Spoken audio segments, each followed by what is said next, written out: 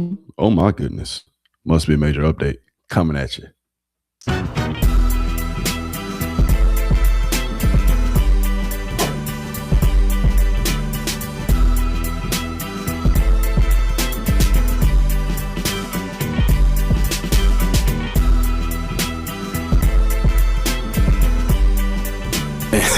Hey, we live now, really.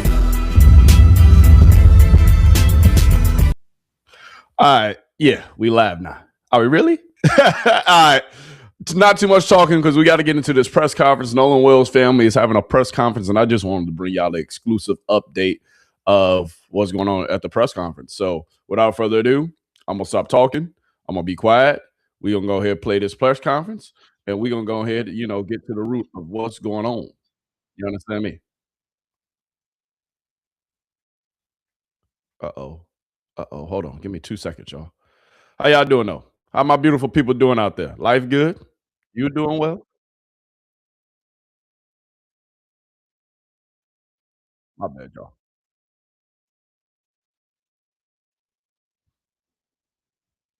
Yeah, so essentially, Nolan Wells' family and multiple families will have an update today. Um, Ben Crump is doing a press conference, and I'm bringing y'all this press conference live because at the end of the day, I believe that crucial information will be released during this press conference. And at the end of the day, why not? You're getting the exclusive here. So, yes, we must talk about it. We must talk about it. Oh, hold on. My bad, y'all.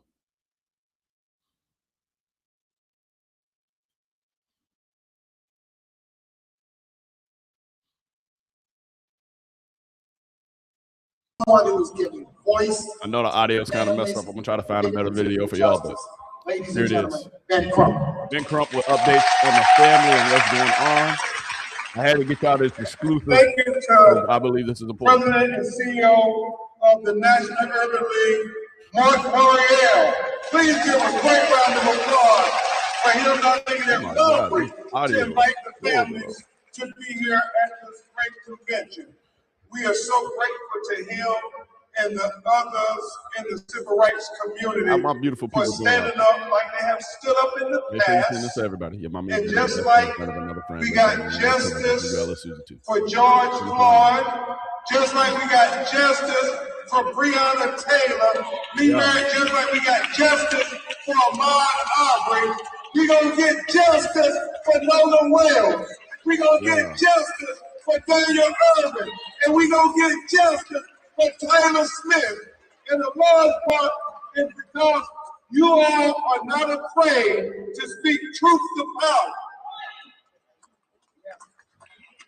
Thank you, Mr. Morgan. Again, I'm Attorney Ben Crump, along with Attorney Lisa Park, Attorney Eric Hertz. We are here fighting for the family of other great lawyers for Nolan Wells. We also have present with us the family of Daniel Erving, who many of you are just learning about outside of Dallas, Texas, his tragedy. We have Attorney Sean Durea and Attorney Brooke Cluse fighting to help that family get justice, and we want to applaud his mother, Tamika, this audio is horrible. Holy. Fighting as only a mother would fight, with not many people in the world listening. But we're listening today, Tamika. You are not alone, Tamika. You got Nolan's mother, father, Christine, and Elmore Wansley, who are standing with you as well. Tamika, your daughter is here. You are not alone. She is not alone. Justice for Daniel Erving. I guess the audio is just that bad. All right, whatever. Attorney Harry Daniels, we also have the family of Tyler Smith, Lexington, Kentucky. Kind of crazy. You're going to hear from all these families. Major, you're going to hear from Tyler's mother and especially his grandmother. Until the lawyers get there, till the community advocates get there, a lot of times these families are just by themselves, President Mariel. And thank God for this mother and this praying grandmother who refused to let them sweep the death of her grandbaby under the rug. Talk to him. And so I will say briefly about each of these tragedies. Obviously, many of you know about Nolan Wells. And you'll hear from his mother and father after brief remarks by Attorney Hertz and Attorney Park. But we all know July 4th, Nolan Wells goes with friends, celebrating the 4th of July. All the friends come back. Nolan Wells tragically washes up on the shore 2 days later, dead. And so we know all the current events that have been happening. And we are announcing that we have the audio from the officials, and we have retained and are consulting with some of the foremost audio engineering experts to review those audio tapes from the CTO call in its entirety. That's what I'm talking We about. also, and Attorney Hertz may go into greater detail on these matters, have with base 44, Oh, a simple YouTube. sentence become. Come on, baby.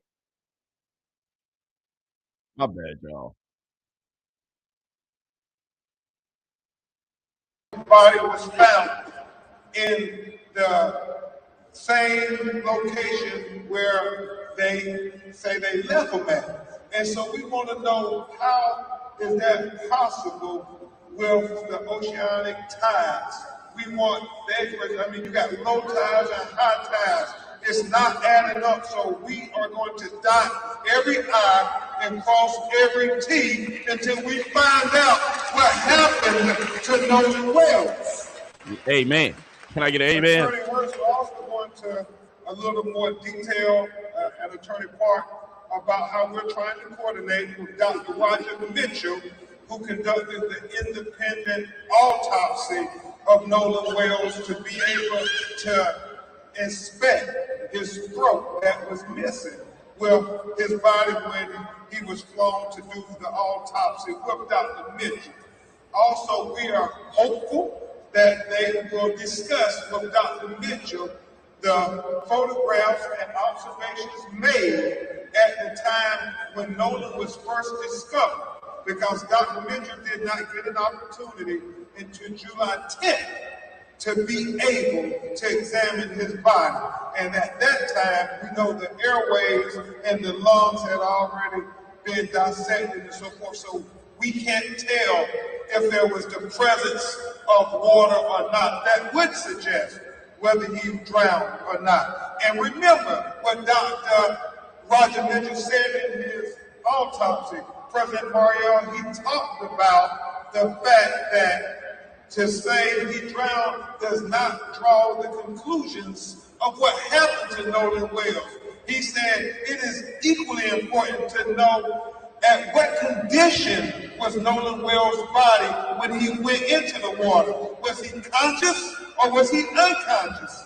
Was he forced into the water or did he go unforced into the water? He said all of these things are very important. And so we are dotting I's and crossing T's. We are focused on getting to the truth, and we stand for the truth. Me and everybody on my legal team stand for the truth, no matter who it implicates or who it exonerates. Amen. We stand for justice, no matter who it convicts or who it acquits. Yeah. And we stand for transparency, so everybody can see. And that's all we want. We want answers. We're not casting aspersions on anybody. We are saying that we want to make sure everybody who is remotely involved has the questions answered to make sure we have a full and fair and impartial and transparent investigation. And is that too much to ask for these broken-hearted parents? Is that too much to ask? It's not. That's how, if it was your child, Wouldn't you want the same thing? And I get it, they're attacking me, they're attacking Reverend Al, they're attacking the parents of Nolan Wells. We don't care about those distractions. We ain't no waste time.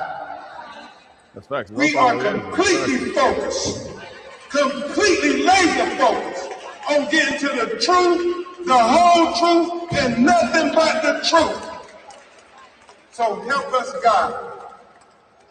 And so the threats, the attacks mean nothing to us. We will not be deterred. Look into our eyes. We're going to get to the truth. I am so grateful to Mr. Byron Allen for donating $100,000 to the GoFundMe so we can help get the best experts in the world. I am thankful to Reverend Al Sharpton. I am thankful to Mr. Tyler Perry. I'm thankful to Mr. Tara Owens. I am very thankful to everybody who did not think it robbery to say, what can we do to help people get to the truth and call in to the tip line so we can help not only Nolan Wells' family, but we can help Daniel Erving's family, and we can help Tyler Smith's family as well. Everybody on social media, please continue to ask questions. Please continue to share photographs, share videos. It all helps us solve this potential of what happened to Nolan Wells. That's a fact. I mean, isn't it so important? Somebody saw something. Somebody knows something. As Christine and Elmore have said, if you're really Nolan's friend, you know in your heart of hearts that if the roles were reversed, that Nolan would say something. He would call and tell what he saw. And so that's all they're asking. Do for Nolan what he would have done for you. Do for Nolan what he would have done for you. Do for Nolan what he would have done for you. Congresswoman Beatty, we thank you in the Congressional Black Caucus. Please stand and join us, Congresswoman. You all asking the questions from the Department of Justice and the FBI. It's important that we have the full weight and force of everybody who has any kind of authority to be able to help us get answers on Nolan Wells and the other 18-year-old black boy. So once again, this is a press conference being held. President Trump is speaking right now, giving us updates about what's going on within the case and what's going on with Daniel Erving about his case, and you will hear from Attorney Sean DeRaya, and after you hear from his mother, Tamika. So similar, and what they're saying about Nolan Wells.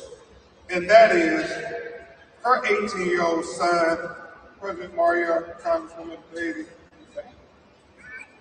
Two young white teenagers come, pick them up from their house, leave, they go on, I guess it's an alleged fishing trip.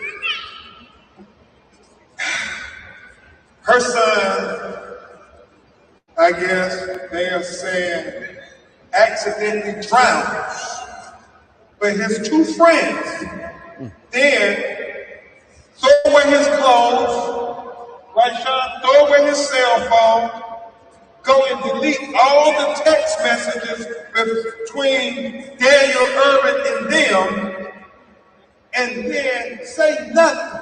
If it's an accidental drowning, why wouldn't you come to his mother and tell her he drowned by accident? Why wouldn't you go to the authorities? Why wouldn't you go to somebody and say there was a terrible tragedy, he accidentally drowned? But no, they gonna throw away all of the evidence that is germane to finding out what happened.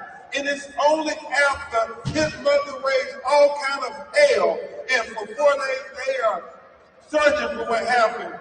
Minister Dominique Alexander and the activists in Dallas, they said, no, something happened to Daniel Erving. We got to get to the bottom of this. Then and only then, Mark Royale, the young people come forward to the authorities with their parents and they say, well, we were there, and they confessed that they threw away his cell phone and his clothes, and they deleted the messages. And so law enforcement charged and arrested him after 3 months. 3 months passed, not until Nolan Wells started making the news did they finally come, and they arrest them, but not for the death of Daniel Erving. They arrest them with tampering with evidence, and that's it. And what his mother is saying, what Attorney DeRea is saying, what Attorney Cruz is saying is simply this. If they would lie about his cell phone and throw it away, if they would lie about his clothes and throw it away, if they would lie about deleting text messages between Daniel and them, how can you believe it when they say it was an accidental drowning? They need to take this case to a grand jury. I agree with that. And you're going to hear from his mother talk about justice hopefully for Daniel Erving as well. Hold on, I can't hear myself. I can't hear my audio. So immediately after the drowning, the alleged drowning, it's so critically important that we remember Daniel Erving as well. And then Attorney Park, Attorney Cruz, we talk about Tyler Smith, and I'll just try to paint the picture real quickly for you, and then you'll hear from these parents, these broken-hearted parents. 4th of July. You can't make this stuff up, Congresswoman Bailey. You can't make it up. Attorney Daniels, 4th of July. Same 4th of July, 2026, when Nolan goes missing. Tyler Smith in Lexington, Kentucky, is the only black person in the home where they're having a 4th of July small house party. Let me finish. If you're just tuning in, this is the press conference updating everybody about a lot of cases that Ben Crump and this team is representing, including Nolan Wells. So we will get more on Nolan Wells. 911 is called. I just don't want to talk over him. So they come, the police make sure you get there. Make sure you get that like that. They tell them that he shot himself, that they were playing Russian roulette. That's what they say. What? They say, there's the gun. The police retrieve the gun, and then they take their word as the gospel that he shot himself. They don't do gunshot residue on the hands of Tyler or nobody else. I mean, basic investigation 101. If you say he shot himself, when you bag his hands and when you test it for gunshot residue, but they don't do that. And you're going to hear from his grandmother and his mother as to the explanation, the implausible explanation that they offered them.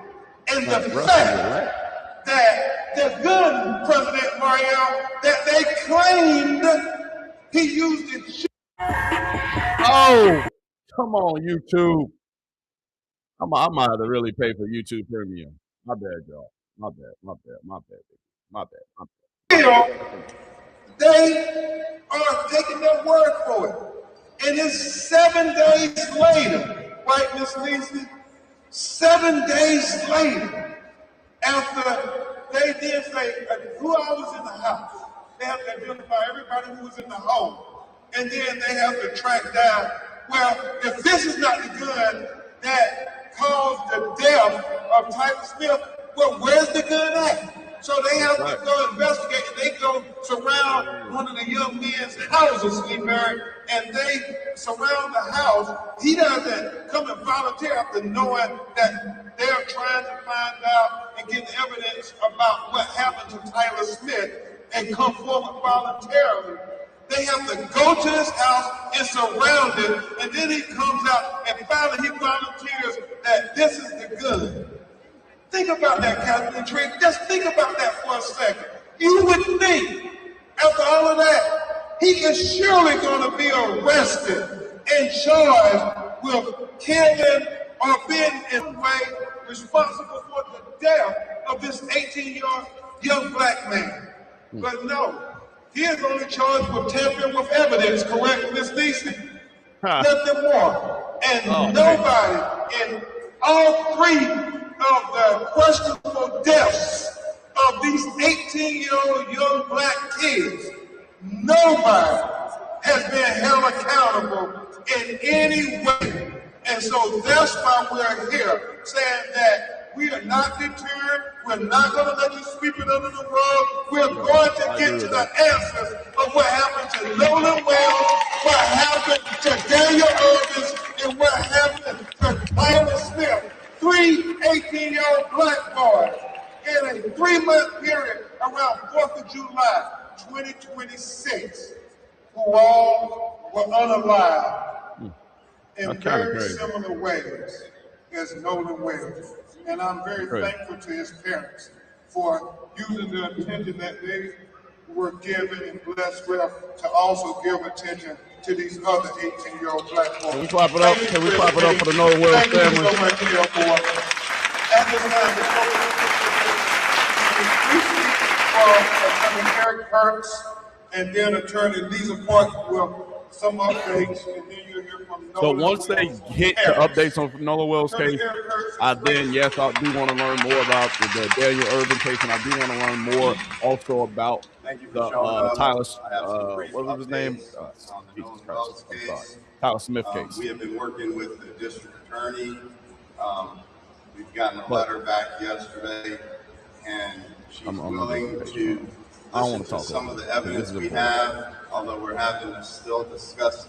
I'm good. Hit that follow button in the chat. And that's something that we'll see. How you doing? The phones, not just that follow button, hit the like button. Phones, but the other phones that are involved in the situation, we are trying to coordinate and have come to a tentative agreement with the district attorney to go ahead and have them investigated together jointly with our experts as well as their experts, and I believe, if I'm not speaking out of turn, the FBI is going to also be present there, and that's going to show a lot of stuff that we haven't seen.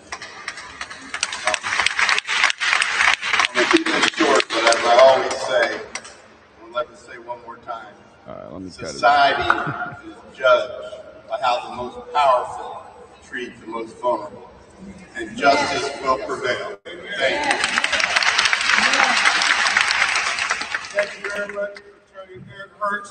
And now you will hear briefly from Attorney Lisa Park, who heads up our Atlanta, Georgia office and has been leading on this for Okay. Talk to us. What update you got for us, Miss? I just want to recognize all of these families for coming here today, traveling here to Nashville, even family that's here in the audience. If you think for just a moment, for these tragedies, they really just happened. It really just happened. If you've never had a loved one that you've lost, it's hard. And you feel like going into a quiet place by yourself, mourning, grieving, doing all of our own religious rituals, right? And so it's quite hard that these families have had to come into the spotlight to stand up for their children. This is not where they want to be. And for those people who somehow think that they want to be in the spotlight, I guarantee you, this is not where they want to be. For all of these families, for every single family member that is suffering through these losses. So I want to commend all of these families. I also want to commend them for coming together as a group, right? Because all of us, we are stronger together. We are stronger together. I agree with that. There are so many unanswered questions for all three of these cases, but there's hope. And I see that hope because we do get calls. We have been getting over 100 calls a day. That's what I'm talking about. Keep it up, y'all. Everybody who's called in, because for every time there's a hater that's saying that these people just want the spotlight, when somebody calls in with some encouragement, when somebody calls in with some information, it makes up for that. And then that's the Because thing. we know You that think? we're stronger together. Let me pause These this. questions, these cases. Let me just pause it for 2 seconds. Let me get this take off.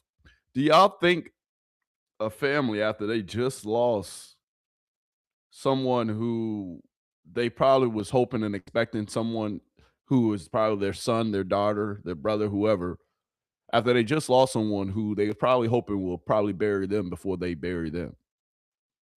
You get that? You get what I'm saying? They're hoping that their son will eventually bury them, not the other way around. Because that's how the natural progression goes through life. You bury your parents, you bury your grandparents, you bury your aunts, your uncles before they have to bury you. Do you think a family is really going to just want this attention after they just lost their loved one, or would they rather have their loved one back? I'm just asking for a friend. Yes, all that they just want attention.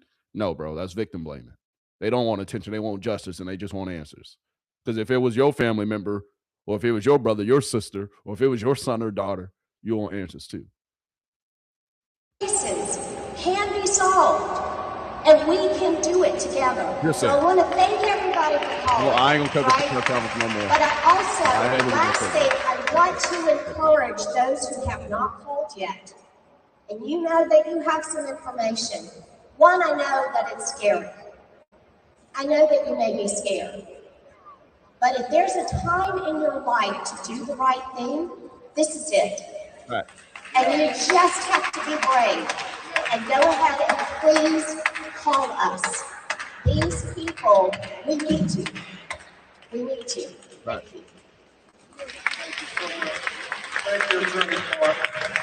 And as Nolan's mother and father get ready to come, I cannot express to you how encouraged we are that we're going to get to the truth. I mean, so many things are coming to light, and we're going to get to the truth. We are not trying to cast aspersions on anybody. We want the truth. We want the truth. That's what we want. And like we said, if that implication or exonerates you, then you got to talk to your Lord. You got to talk to your God. But we want the truth and nothing but the truth. And if it was your child, you would want the same thing. And so that's why everybody who got children, you could understand the pain, the agony that this mother and father have been dealing with since 4th of July. And you got to understand too, this is my last time cutting them off, but 4th of July for this family, 4th of July for anybody who has ever lost someone on a holiday, those holidays will never, ever, ever, as you're alive, those holidays will never be the same for those families. That's a holiday when it comes around, you're mourning instead of celebrating. I'm just throwing that out there. If for all y'all to say, yeah, they want attention, they want this or that. Nah, dog, it's not about that. It's about just getting answers. And if those answers lead to somebody getting arrested, then those answers lead to someone getting arrested. If those answers lead to someone potentially, at the end of the day being exonerated, being found innocent, then yes, hey, that's cool too. Even if it was just a drowning, then say if it was just a drowning. And let us be on our way. No matter which side of the aisle you on, there's still a family who's grieving and a family who lost their lives. Whose child lost their lives, excuse me. Let me stop though. How people came, timely within hours of finding him, saying, well, no foul play, just gone. Mm-hmm. How do you tell somebody to just go on when my son is dead and nobody's giving us any answers? All those people out on that island, and you mean nobody knows nothing? Nobody saw anything? No, we refuse to accept that nobody knows nothing. We're going to get to the truth. We're going to get to the truth. We're going to get to the truth. And it's starting to come to light. Because truth is light. And we're going to get to the truth. Y'all give it up for the mother and father of Nolan Wells, Erving and Christine.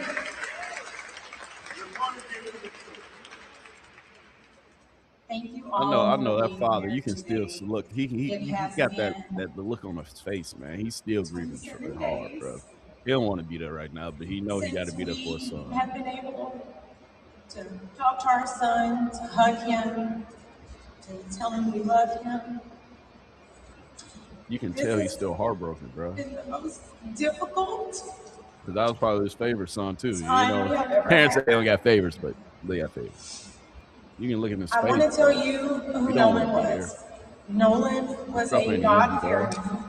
God-loving child. He loved everyone.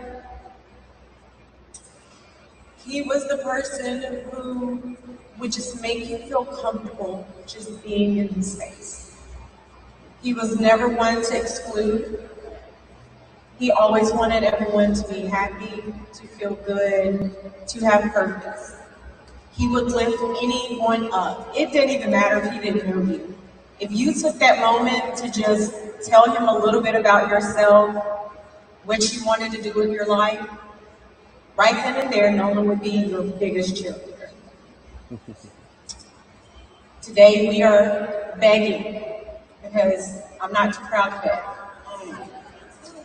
We are begging, if anyone knows anything, his friends, strangers, please call the hotline, because we will not be able to rest until we get answers. But And that's please all they're searching understand for. Answers. that all of these distractions, these other questions that people, the attacks that people have sent our way, just know we will not be distracted. We are ready to do whatever we need to do as his parents to continue advocating for him, because Nolan is not here. He is not here to speak for himself. He is not here to tell us what happened. So again, we will not rest until we get answers. Like his And whole if heart you goes. know something, you see it on need his to face. let us know. Please do not be afraid. God damn. Okay? I can only Thank imagine. you all son, so bro. much again. We truly appreciate your love and support. This is the Google Oh, AI I knew Professional they was gonna hit us Certificate. with it. Start here to gain the skills for a new way of working. I ain't gonna lie. Maybe we you've just asked clicked AI to this help off on write screen. All right, bear with me. I'm sorry, y'all. It is what it is. Back to the rest of the program. Look, a new challenge every morning, thinking of trying to process this.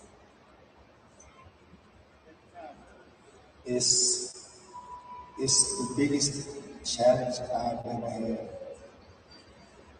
I pretty much was raised up like a lot of you. I didn't have a lot, but I always said I wanted to give my children more than what I had.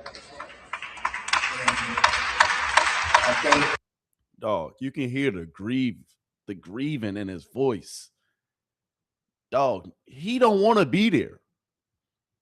You think he really want to be going around doing a press conference, trying to get justice and seek justice and trying to have the right thing done in this investigation just for his son? You can see it on his face. He don't want to be there. So for people to be attacking this family, for people to be saying this and that, dog, this is real life. Somebody really lost their lives. The son is no longer coming back to his family. And just looking at this father, dog, I don't have kids, but I can just only imagine, bro, the heartbreak that's going on with him. Especially when his son, Nolan, that was probably his favorite child. The child that never got in trouble, the child that always listened and was involved in sports. And he was probably not living through his child, but he was inspired by that one child. Parents say they don't got favorites, but they got favorites. And you can tell Nolan was probably his favorite son, even though he had multiple.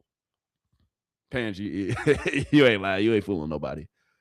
But, dog, my heart breaks for his dad, bro. I think me and my wife did that.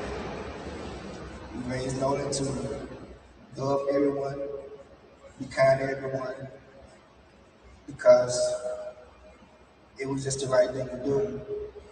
I got a lot of stuff, but what I really want to say is, like my wife said, if you know something and you are really, if Nolan was really your best friend, or for the people who say that he was their friend, please come forward and tell us what you know. All we want to know is the truth. We're not blaming anyone. We just want to know the truth. Any parent wants that. A fact. Any parent will want that. Also, but dog, the disrespect that's been coming toward my wife and my family. For any parent, no matter what race you are, they need time to grieve. A parent can't grieve when you have people attacking their jobs, attacking their character, just attacking them, period. Like, where's the empathy? America don't have empathy for people who look like us. A diverse country. Not one race made this country. We all made this race, made this country. Can we drop a prime for them? We all did make this country. It's a damn shame that we all can't come together in times of tragedy. And just call our attorneys, give them information, and they'll take it and just help us out. And not just us, but all these families and councils. Anyone with information on any one of these cases, please come forward. Because being a child is something that you do with this life. Ben Crump, stop fucking clapping. Damn, let him talk. And President Mario, I would just say the attacks for the piss me off. has been a nurse for years, and she hasn't ever gotten negative reviews. But since she has been advocating to find out what happened to her 18-year-old son after he was washed up dead on Horn Island, sick people have been going on her company's website giving her negative reviews. Can you all imagine anything worse than that? That is a shame for God. They are just sick, evil people who would attack this mother and this father for simply saying, we want to know what happened to our child. Don't worry, Christine. We standing with you. We are standing with you. And to be quite honest with you, just hitting that point once again, dog, for anybody, any souls who really went to her page, bro, to leave bad reviews and talk bad, it says a lot more about you than it does about her. She ain't had not one bad review her whole career. Now all of a sudden she getting bad reviews because she just seeking justice for her son. All she asked was for answers. She ain't blame nobody. They ain't blame Wyatt, Warren, and all those people. A fart. Y'all know what his name. You know, I don't want to get sued, so I got to say fart instead of, you know his name. But, oh, they ain't asked for none of this.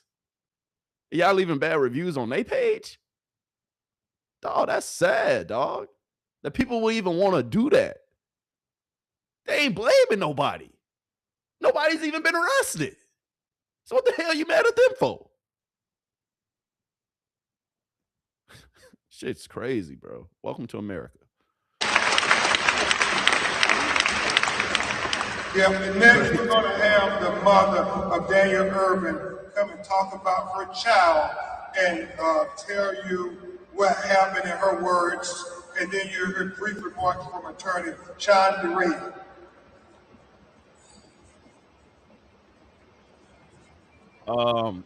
I mean, we already, you know, I'm going to put a spotlight. I'm going to give Daniel Erving and his family a spotlight. I just really want to talk about Nolan Wells today. But I haven't touched on this Daniel Erving's case, but we're going to talk about Daniel Erving too. Thank you, Mr. Crump. What's going on with this Daniel Erving case? Why not? Tampering charges in this case is absolutely unacceptable.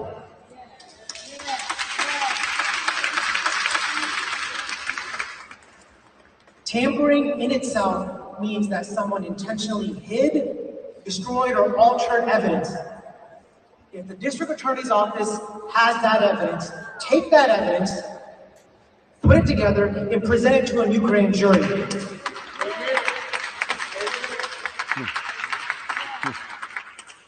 And if the district attorney's office doesn't want to do it, we are calling on an independent investigation by the Department of Justice because we are here for the truth.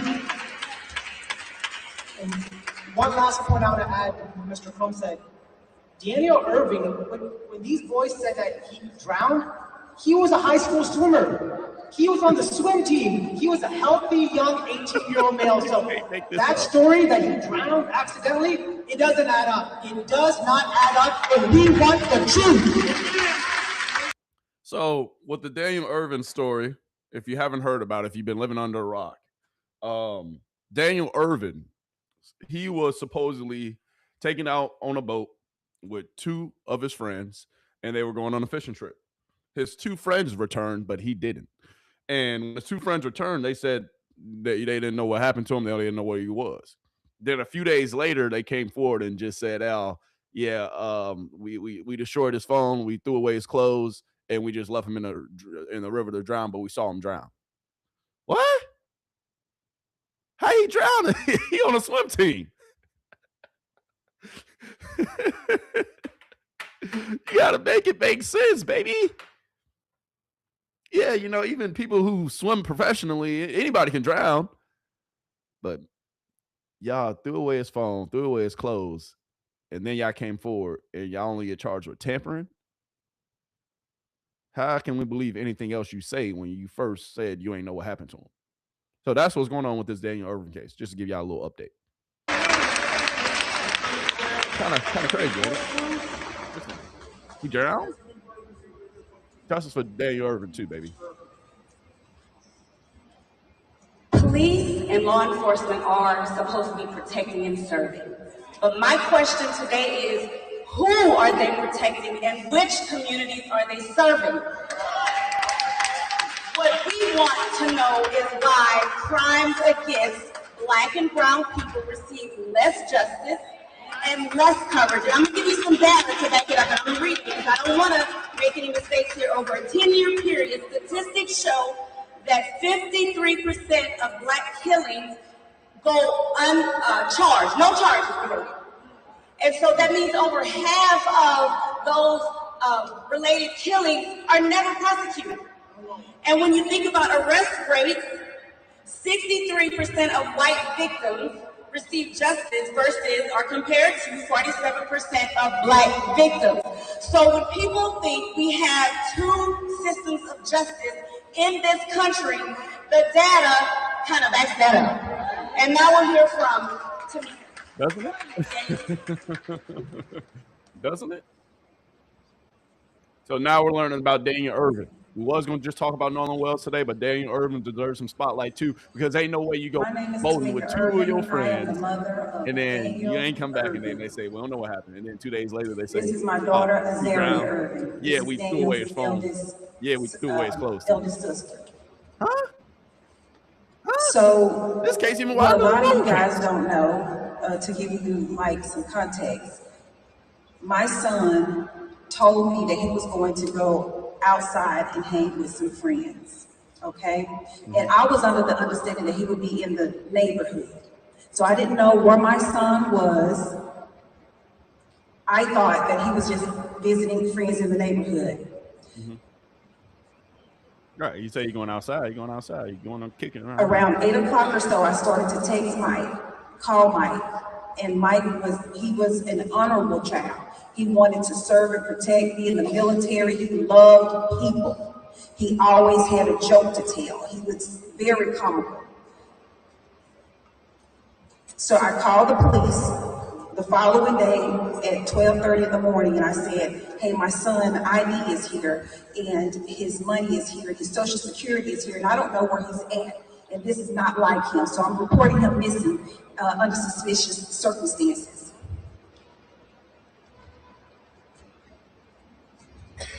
The officers were very dismissive.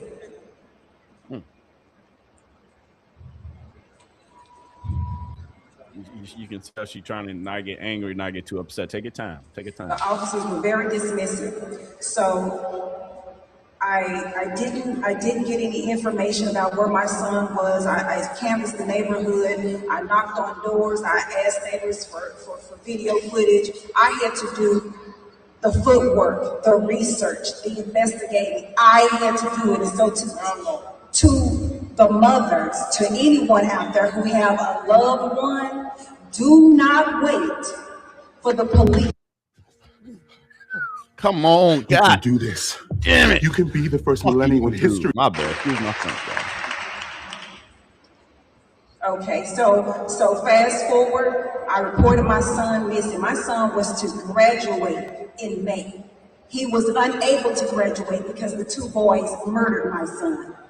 Oh, hold on. They said my son they can sue you for that. Jumped off a bridge, and I know that's not the truth. He was found in water. And not only that, my son was on the swim team. He was very comfortable with swimming in the pool, swimming in lakes. The autopsy report shows my son had an unobstructed airway. So my son did not drown. I want to know why the people that are in place to serve and protect failed to do their job from the very start. When I reported my son missing, it took them 35 hours, over 35 hours to input his information, only in the state system, showing that he was missing. They failed to enter his information in the NCIC, the National Criminal Database. Don't get too angry. Then my son was under 21. Law enforcement had a responsibility to enter his information within 2 hours, and they failed to do it. And I'm here to fight for him. I want justice. We are in the pursuit of justice. Justice for Daniel Erving. It's going to be the family of Tyler Smith, who many of you haven't heard of at all. I wish Daniel Erving's mother was a little bit clearer of the timeline and some things that happened, but we're going to get into that Daniel Erving case. I promise you that. We will get into that Daniel Erving case. I know Nolan Wells case has been sweeping the nation, sweeping the news, but that Daniel Erving case, I promise you. And I want to say that Tyler Smith, life matters too. Tyler Smith, life matters. I'm supporting all these families. I was asked many times, who is Tyler? What does Tyler mean to you? And I had to take a deep dive into that, because to give a few words wouldn't be justice. So I went into my prayer closet, as most names do. Because see, Tyler calls me name. And when people ask me to tell them, I find a struggle in finding words big enough to describe who he is. Tyler is charismatic. He's warmth. Tyler is love. Tyler is compassion and tolerance. Tyler is focus and determination. Tyler is an entrepreneur with dreams, goals, and a vision for his future. Tyler is a calming presence, a peacemaker, and a source of comfort to those around him. Tyler is that warm piece of cake straight out of the oven, that soft buttermilk biscuit that the butter glides across the top. Tyler is the depth of a baby's laughter and the warmth of a grandmother's hug. Tyler is what many people spend a lifetime searching for, but never fully find: a genuine soul with a kind heart and a beautiful spirit. For me, Tyler is much more than all of those things. He's my motivation, my determination, the wind beneath my wings. Even in his absence, he continues to give me strength. He has become a part of the reason I stand, the part of the reason that I keep moving forward. Let's go to Tyler, man. When I received that call at crazy. 6 a.m. that morning that my grandson had been involved in a shooting, I thought, okay, hand, foot. And I arrived upon the scene of the hospital and found out that this was a gunshot wound to the head. Again, I'm a praying mother. I have a son who a year ago had a near fatal car accident. I know what God can do. You can't tell me what God can do. I've seen it. I watch it every day. I watch him learn how to walk and talk. And I comforted his grandfather and said, don't worry about this. We've already been through this fire. It'll be okay. When the physician came out and pronounced my grandson, and she stated self-inflicted, accidental, I told her, you're a liar, and there is no truth in it. I explained to her immediately. I said, how do you have this evidence for you to know this? She said, because they said. I said, they said? Who said? Who was She they? said, yes. As days progressed, my family and I began to move forward. We got none effort, energy at all from the Lexington Fayette County Police Department. We were told that we needed to accept accidental, self-inflicted. Whoa. They offered no traces of gun residue, even though I called the coroner's office and the police department. And I begged and pleaded, please, bag his hands. No child, and I say child because it's relative, no one was searched on the scene. They took an investigation as a total from all 5 of these young people and said, they said this is what happened. I asked for gun residue on anyone. The answer that I was given, well, there's no need to bag his hands. Everyone in this room would have gun residue on them. That was their excuse to me. What? When they moved my grandson in. My bad, y'all, but what they saying is, dog, for them not to have any kind of gun residue on your hand, I shoot guns for fun. And yeah, if you hold a gun, you might have a little residue on it. But if you shoot that motherfucker, you're going to have a lot of residue on it. So you mean to tell me you ain't checked none of the residue from anyone's hands? Because some people are going to have the person who shot the gun going to have all the residue on it. Bro, what? Okay. Coroner's office, but Kind to of the crazy. state capitol, which I was told wouldn't happen until that following Monday. Miraculously, in 2 hours, he was on his way to the medical examiner in the Capitol. On Monday morning at 10 a.m., they came back and told me again, accidental, self-inflicted. For 17 days, my sons and I worked tirelessly, investigating everything on our own. The police department gave us nothing, absolutely nothing. They treated me as if I were a pirate, asking all the wrong questions. Why do you need to know? We've handed you that carrot already. Take a bite, settle down. It's accidental, self-inflicted. As I talked to the police chief, I explained to him, he said, well, what do you want from this? What are you looking for? I said, what would you be looking for? Exactly. I want transparency. I want you to simply do the job that you were paid to do. Protect the serve, right? That's what they're supposed to do. We just ask you to earn the paycheck that you either receive this week or the next. We ask you to simply, the same way you go into our black and brown neighborhoods and you can investigate and you can interrogate and you can charge, give us the same respect. Talk to him. Tyler is loved. He's loved. But most importantly, Tyler calls her mama. Tyler calls me Pepper. That's my baby, Pepper. He's my baby. It will be my dying breath to say his name. No stone will go unturned. I'm not afraid to go to hell and sit with the devil about my heart. I want to know. I want transparency. I want someone to speak on it. Continue to say our names. Continue to say our children's names. We deserve answers. With this case in We particular, deserve justice. They said so to get people, because she didn't really talk about it, but they said with this Tyler Smith case, they said literally that they was playing Russian roulette on the 4th of July. Russian roulette. Russian roulette? And y'all really out here? Never mind. But y'all playing Russian roulette?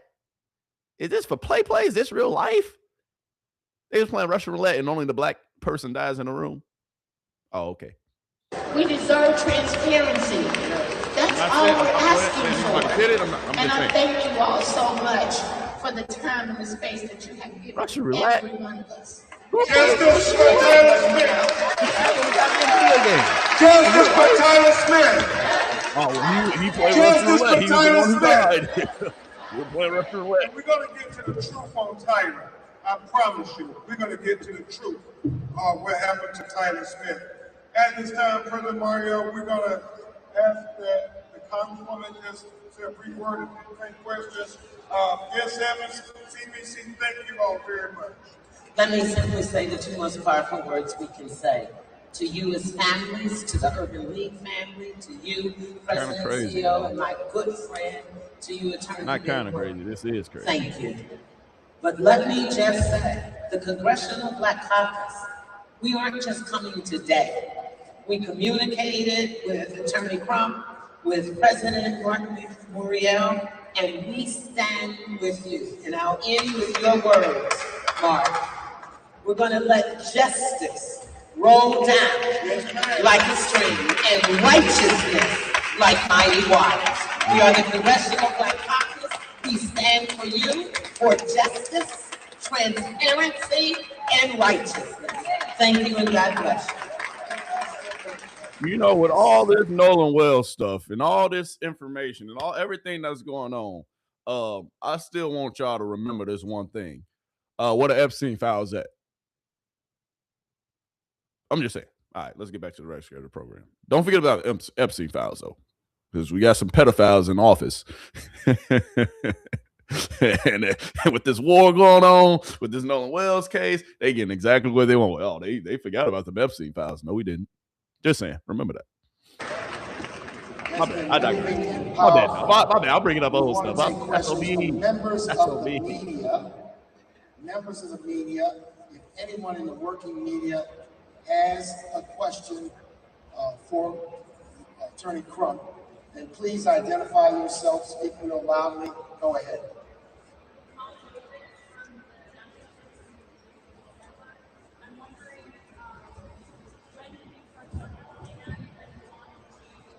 Can't even hit a question. Can they get a mic to people who asking questions in the audience? Yes, ma'am. And that's an excellent question, because thank God for us being able to get the national attention on Nolan Wells' case.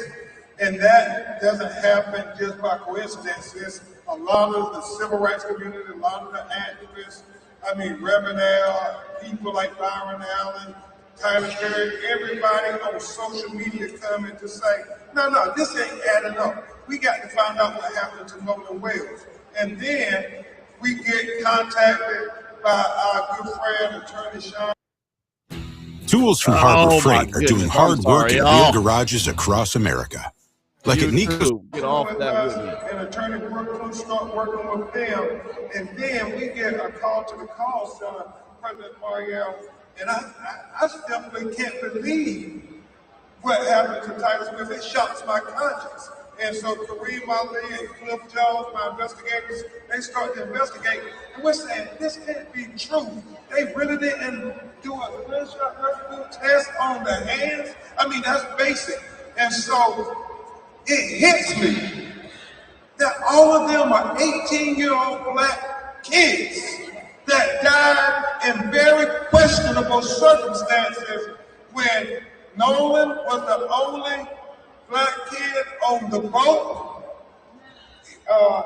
Daniel was the only black kid allegedly on the fishing trip.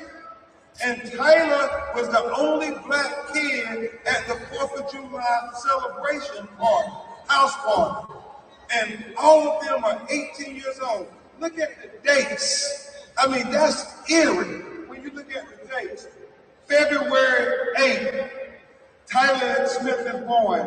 July 4th, 2026, he is dead.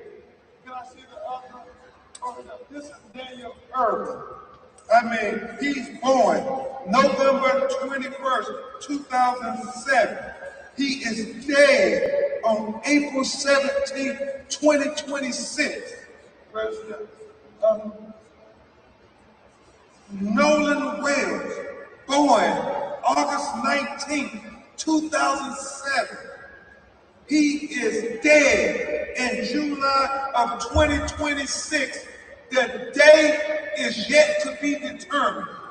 All of these young black kids were born in 2007, and all three of these black kids died 2026, 18 years of age, on the cusp of manhood.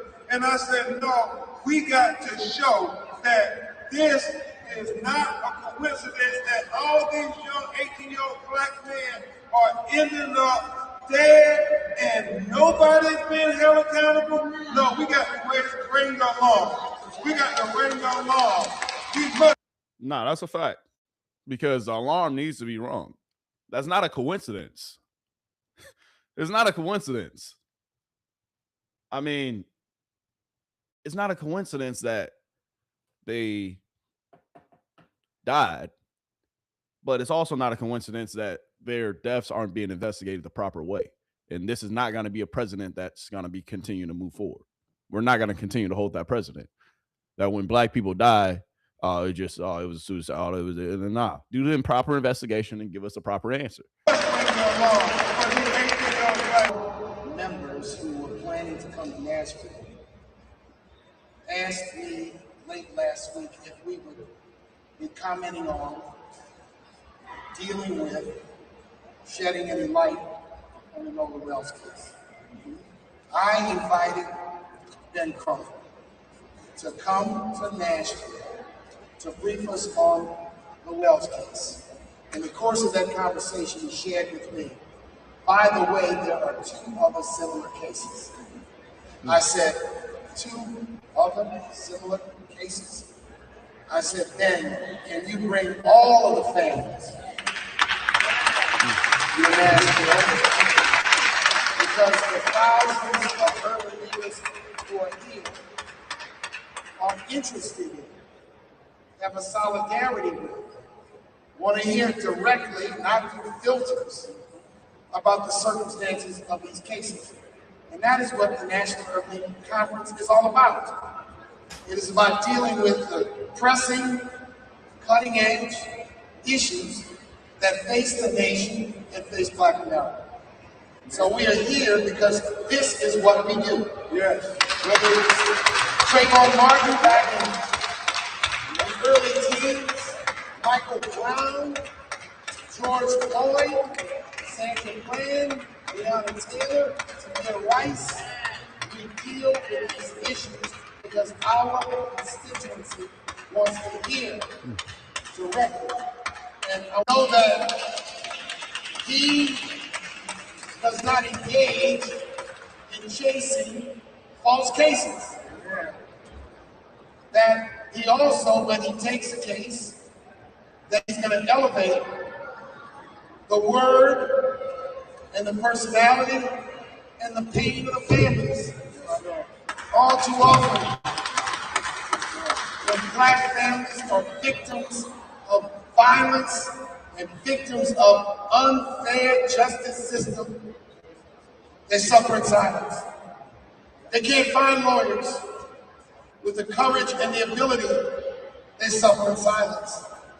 So I know when Ben Crump has a matter, he is always welcome at the National Urban League Conference to come and bring us up to date. And that's why we're here in Nashville. Other press questions?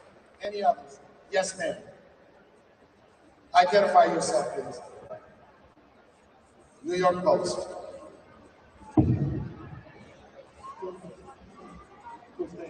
Yeah, we know about the question. We're ready for it. This attack and this threat to sue us and the family for defamation, it's a distraction. We're not distracted by it at all. And it's about getting to the truth. That's what we want.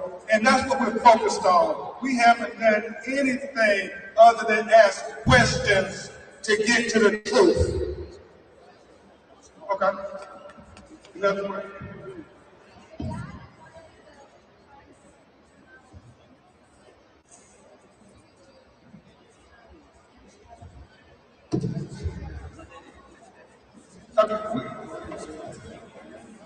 That accusation doesn't deserve a response. That's right. There's no dignity Associated with someone standing up for children who have died. We don't waste our time arguing with donkeys. We don't waste our time arguing with people who want to distract from the real issue. We have 3 dead black young men under suspicious circumstances. And I don't think the New York Post ought to give elevation to distractions like that. This is such an old story. We fight for justice and someone suggests all we want is publicity. You know what happens when we stand here? Our inboxes are filled with hate messages, hate mail, hate this, hate that. No one. Our dignity in standing up. And I'm not, you're a reporter, you work for the paper, your editors told you to ask this question. I want you to know we will not be distracted. And I'm not, Ben Crump is like any lawyer. He should get paid for his work. That's right. Just like every Wall Street lawyer, every Trump lawyer, every insurance defense lawyer. And I really want everyone to understand, let's not be distracted. Let's not give oxygen. Let's not give air to haters and distractors and dissuaders. So thank you for your question.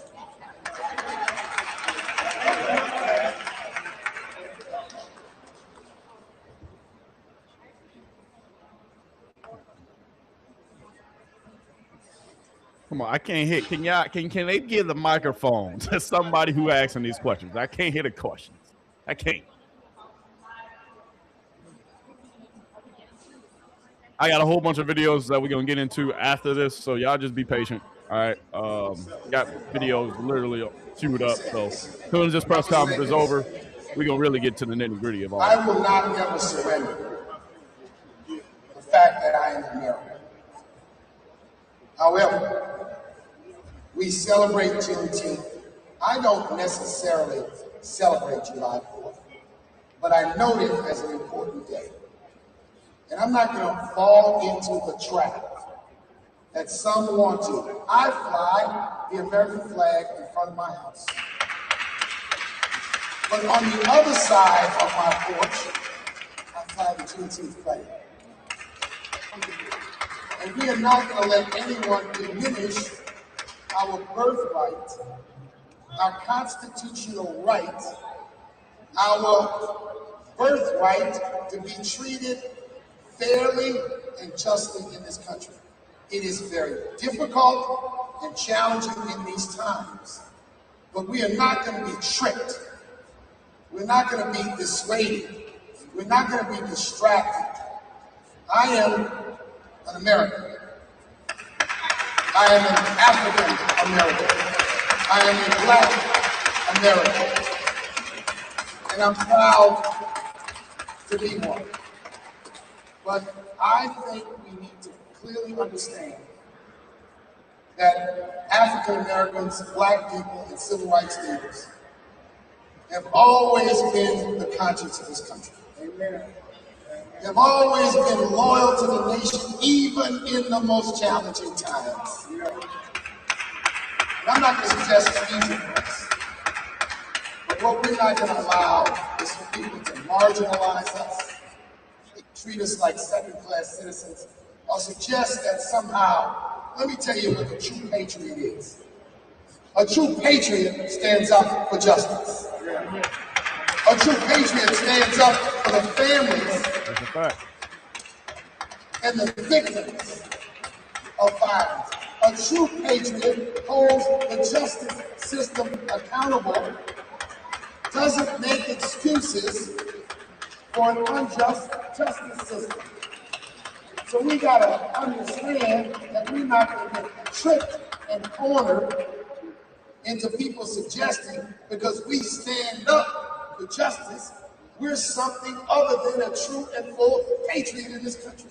That's the way I feel. I said last night, I was born in a segregated hospital, born in a segregated city, watched my parents and their friends fight and litigate and march to open doors of opportunity. The reason why these times are so tough and why they're so difficult is because if we are not careful and if we are not vigilant and diligent, our children and grandchildren. Imagine being able to build an app with your name on it, just by thinking about it. Meet Base 40. This movement, children, will be relitigating the battles of our parents. This movement in this country to turn back the hands of time is palpable. So when we stand up for these families, and we'll stand up for other families, and we'll stand up for other people, we're doing it because we are true patriots. We're doing it because we believe in justice. We do it because we're going to hold the justice system accountable. This Urban League movement has a mission. And its mission is something we will not surrender. Like the Congressional Black Caucus says, we have no permanent friends. We have no permanent enemies. We only have permanent interests. So thank you for your question. Amen. And let me say this before I move on to the final two questions.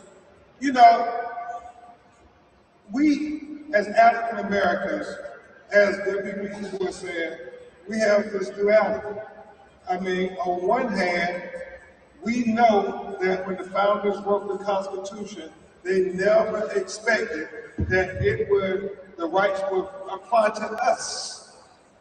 But like my personal hero, Thurgood Marshall said, I know they didn't intend it to apply to us, but we're going to make it apply to us anyway because we are American citizens. And if anybody built this country, it was our ancestors with the rolling in the cotton fields.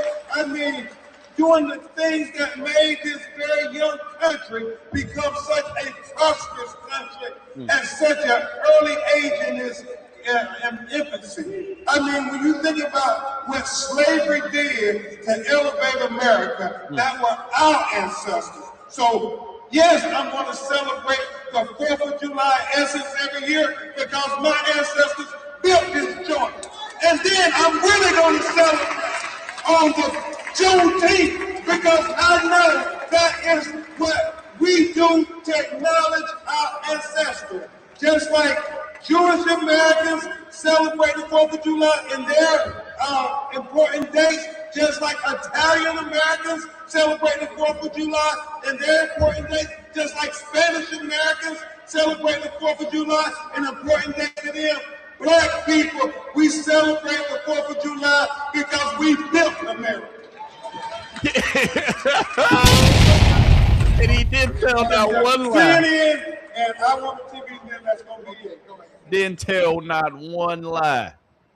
Because if we really being honest, America didn't start booming to win. America only, we 250 years old. We ain't. Some of these other, like China, they've been around forever, for thousands of years. Japan, they've been around forever. America, we still young pups out here. So how we prosper so quick? Because of slavery. Because you were paying little to nothing for the work that was being done. Because you owned my ancestors. You owned us. That's why America boomed so quick. Cheap labor. Taking and conquering. Destroying. But let's not forget about the cheap labor. So yeah, he ain't lying when he say, yeah, we built this country. Y'all built it too. Because y'all was in charge. I mean, you had some part in it, but without us. Listen. To Daniel Erving, but that's why I was brought in to bring attention to Daniel Erving case.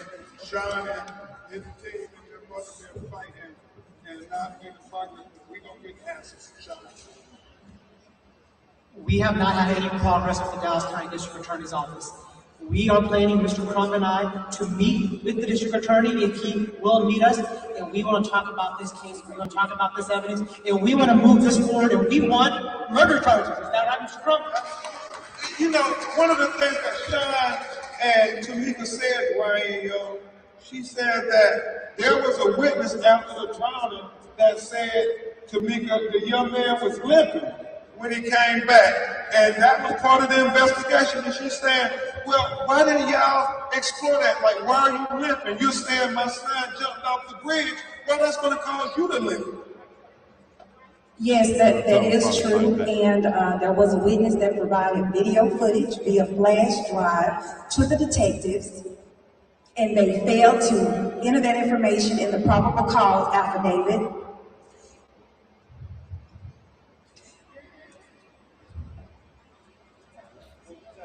Take your time. The witness also said that the detectives just grossly overlooked that and they failed to enter that information. Again, I know Daniel did not drown, and tampering with evidence is offensive for the murder they committed. I would just respond to this here on Ryan's case. And his mother believes her child was murdered. We are still trying to get all the information, Attorney DeRay and I, but she does not believe her son unforced went into a lake. That mama ain't playing no game. Hold A on, high school swimmer and drowned. She ain't playing no She game. just isn't accepting that. And she has a right as a parent to question that. As it relates to Tyler Smith, we're going to have more information coming forward because of the hard work of his mother and grandmother. And we think the shoe is about to drop on that. And we're going to meet with the district attorney. We haven't yet, but we're going to meet with them because people are starting to come forward. And I again thank the parents of Nolan Wells because people are coming forward in their case. That's inspiring people to come forward in Tyler Smith's case as well. So thank you all for coming forward. She had the last one. Okay.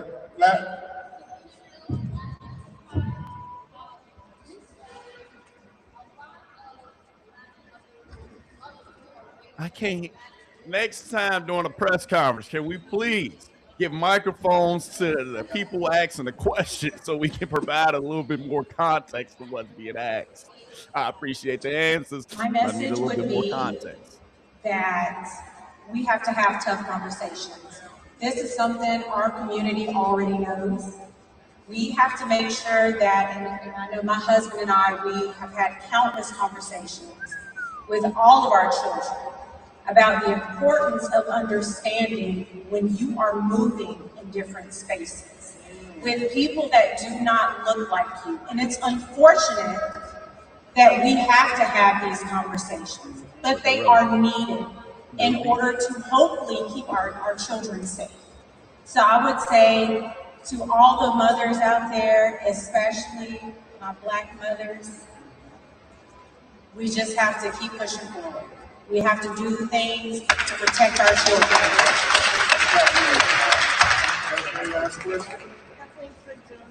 Last question before we get into some topics that I really want to talk about.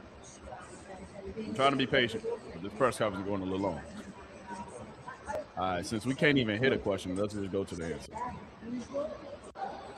Families face these types of challenges. They need good counsel. That's right.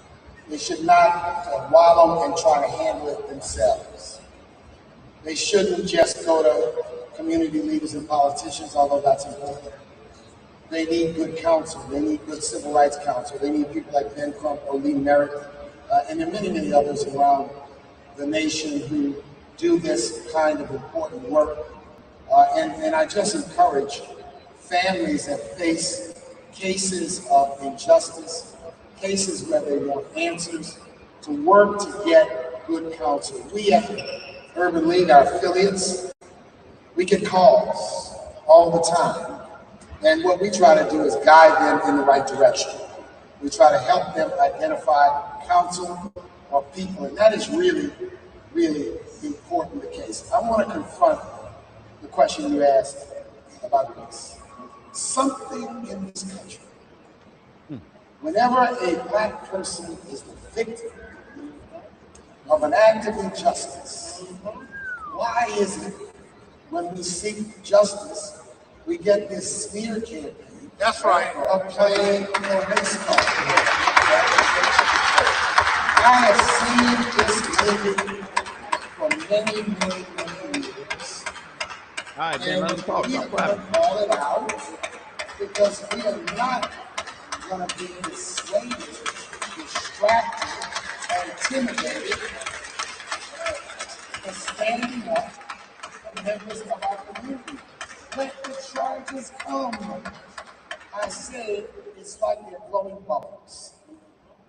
It's just a lot of rhetoric, it's nasty, and it's hateful. But you know what I found? Like every loud person attacking us, there's 15 quiet people. Yes. Who represent silent supporters of justice. They may not speak out, they may not go on social media, but they're in solidarity. We have to remember that. The loudest voices in the room are not the most important voices in the room. Amen. Let me thank you all for coming. We've got some other activities. I win the power motion. Let's thank Ben Crump. Let's one more time thank these families for their. All right, so there you have it, folks. The press conference. We got a small update as far as the Nolan Wells case. We didn't hear any crazy or major updates that I was hoping for, to be quite honest with you. But then again, dog, if I'm being honest, we got enough. We got enough. And with us getting enough, you know, it kind of comes down to like, man, that it's a lot of injustices going on in this country still. Even after all these years, after all this time. And yes, I know that people aren't perfect. I know that sometimes some people may never even get justice in some situations, but we can't have a president, not a president, not a president, not the president of the country, but a president. You know what I'm saying? We can't have a president to where it is when a black person loses their life, we just say, oh, cut and dry. We're done with it. And with all three of these cases that they talked about today, that was kind of the same sentiment. With Nolan Wells, accidental drowning, no foul play. Daniel Erving, they came out 2 days later. The boys who he was with only get charged with tampering, but they only get charged with murder, even though they threw away his phone, threw away his clothes. And then when they was first asked what happened to him, they said, oh, we don't know. With the Tyler Smith case, he was playing Russian roulette with 5 witnesses in the room, 5 other people. He playing Russian roulette. Oh, he was the one who died. You know how Russian roulette go. Oh, it's just unfortunate that he was the one who killed himself. It's unfortunate that when he got the gun, boop, he died. What? Playing Russian roulette? Out of all things you can do. You can't play, you get play Russian roulette with a Nerf gun, but you playing with a real gun.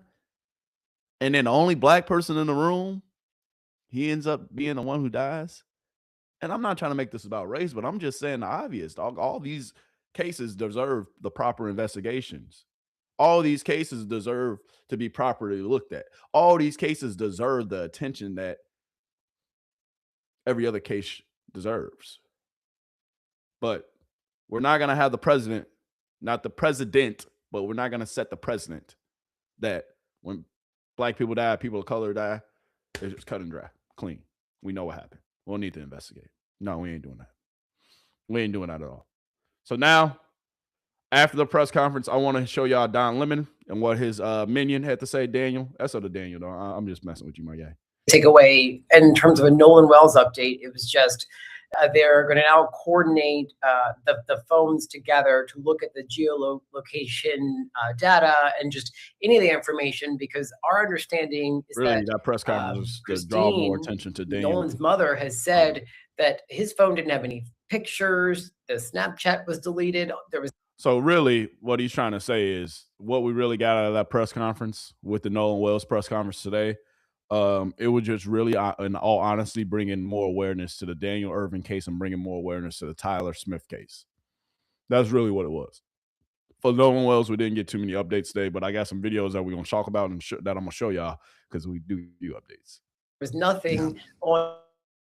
They're going to be able to analyze that. I think actually would make for an interesting guest if we can get someone on late notice for 5 who can talk about what other information they can find and the significance of them looking at all the phones together. So that was one piece. The other piece, and again, we knew this, but they are working with investigators to determine the timeline because, as Ben Crump said, we know that he washed ashore, and we know that there were tides, and tides carry bodies in certain ways, but we know that he washed ashore where that boat, where those young men were on, left, but he washed ashore where that boat left. And so Ben Crump's mind is saying, well, how can that be the case when you have an ocean and tides and water?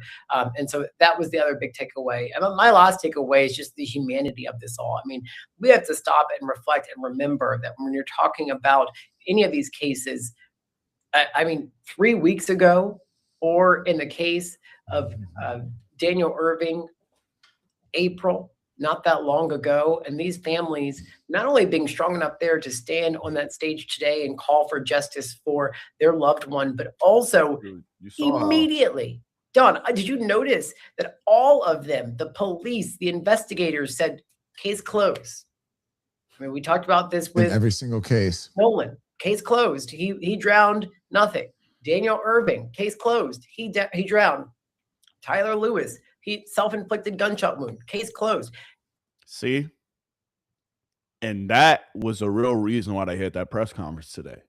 Because like I told y'all, we're not going to set the precedent that when black people die, we're not investigating. It's cut and dry and clean. Unless it happens in a black community, because then if it happens in a black community, we're going to definitely investigate that. How many black people can we arrest and how many black people we locking up? But if it happens in any other community, it was just an accidental drowning. It was just a suicide. The girl, she's hanging from a tree, even though she has 2 broken legs. She's hanging from a tree. What? She's 13. Oh, okay. Every single one of those families had to put, and continuously to this day, has had to put their grief on the back burner to fight for justice. And I think that is what is fueling a lot of the emotion around this case, because far too often when the victims are black, you have to fight. And as each one of those families said, when you're fighting for just these simple, what happened to my child, you are seen as a pest in America in 2026. Police departments treat you as a pest, not as a grieving parent or relative who just wants answers for the loved one who died. And so it is sad that we are still living in a society that you cannot trust the police department, that you heard them say, if something like this happens to your loved one, fight for an independent investigation, because sadly, they feel, and honestly, I do as well, that the police department is not going to have your best interests in heart if you look like you or I do not. And it's Tyler Smith's mother who said that, and all the other mothers. But the interesting thing to me is what you mentioned was they said that the people at the police department, she said it was a self-inflicted gunshot wound, or in the hospital, it said a self-inflicted gunshot wound. And they said, well, how do you know that? And she says, because they said.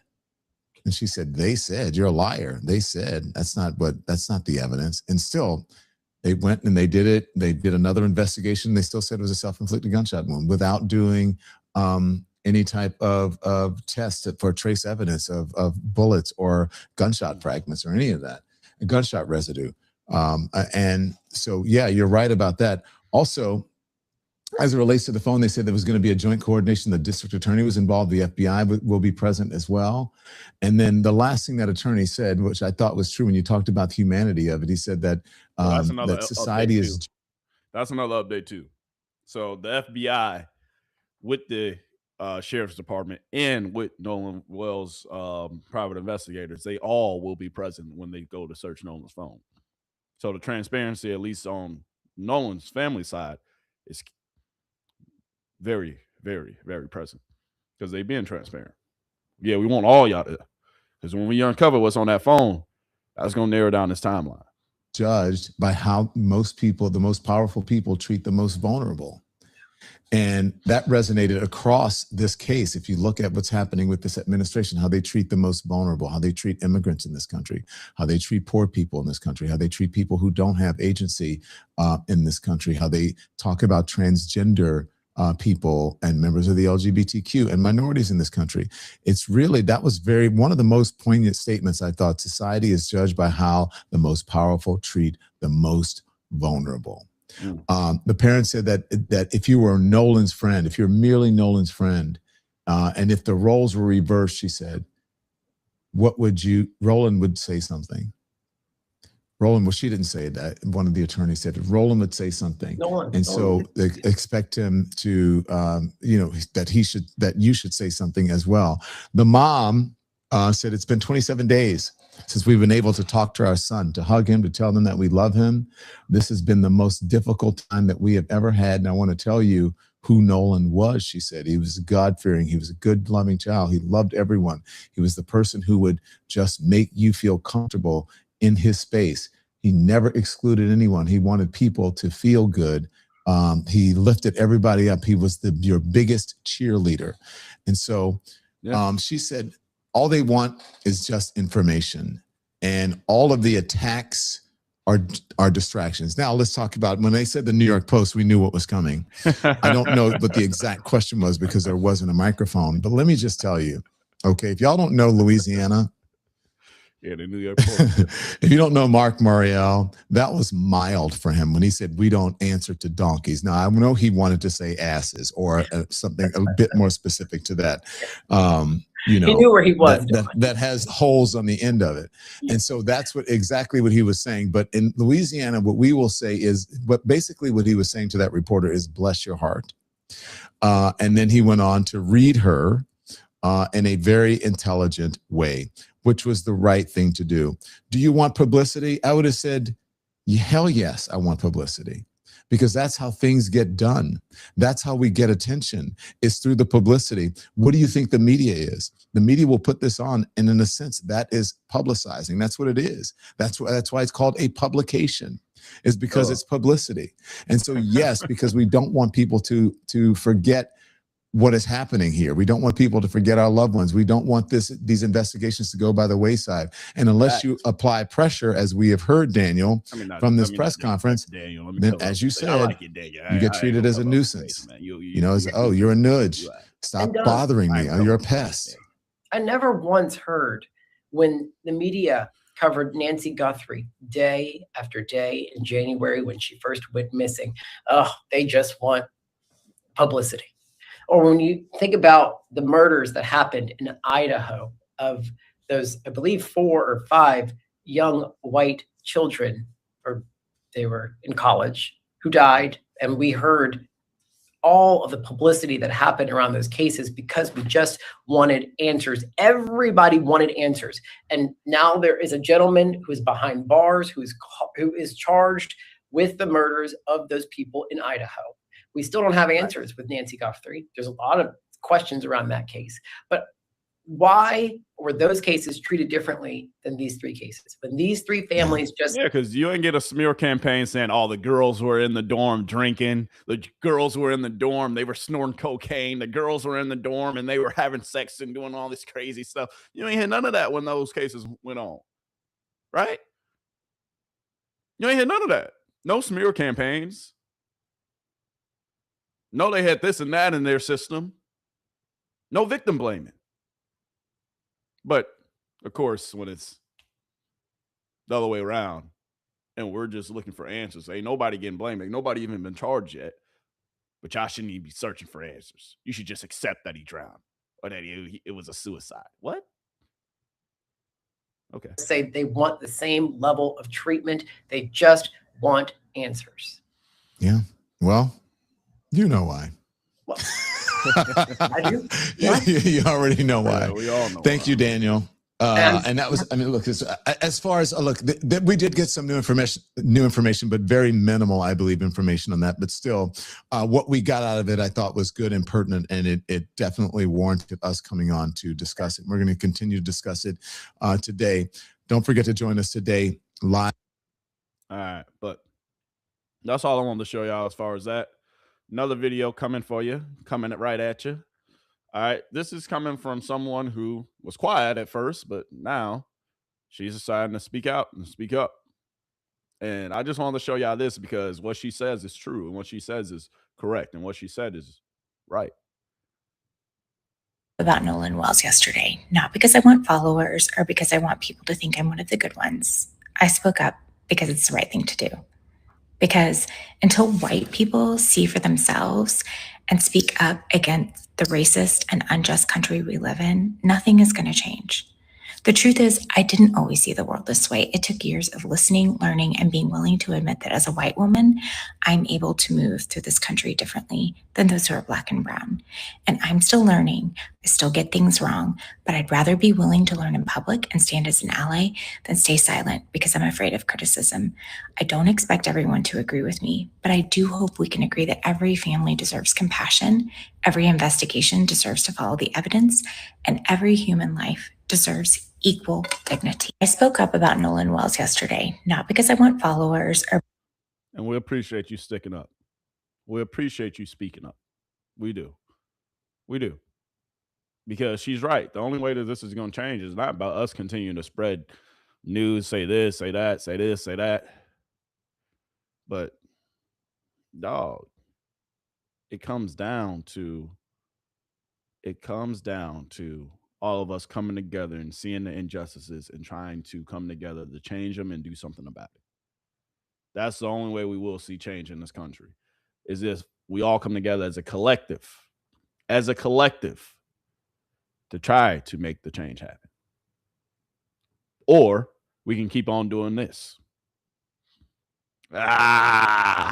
Production, you set me up. Courthouse Couture, I'm a lawyer, but not your lawyer. Yes, I've been practicing law for 16 years. And yes, we're going to have to talk about these new so-called reports on Nolan Wells. If you're like me, you were confused with all of the news articles that came out today that basically said Nolan Wells was drinking heavily on Horn Island. And you, like me, were probably also wondering, what does this have to do with anything? Whether he was drinking or not, we still don't know what happened to him. Toxicology results, not back. Cause of death, unknown. But yet somehow, people wanted to drop this story as if somehow this is helping piece together the puzzle when this doesn't help us understand anything yet.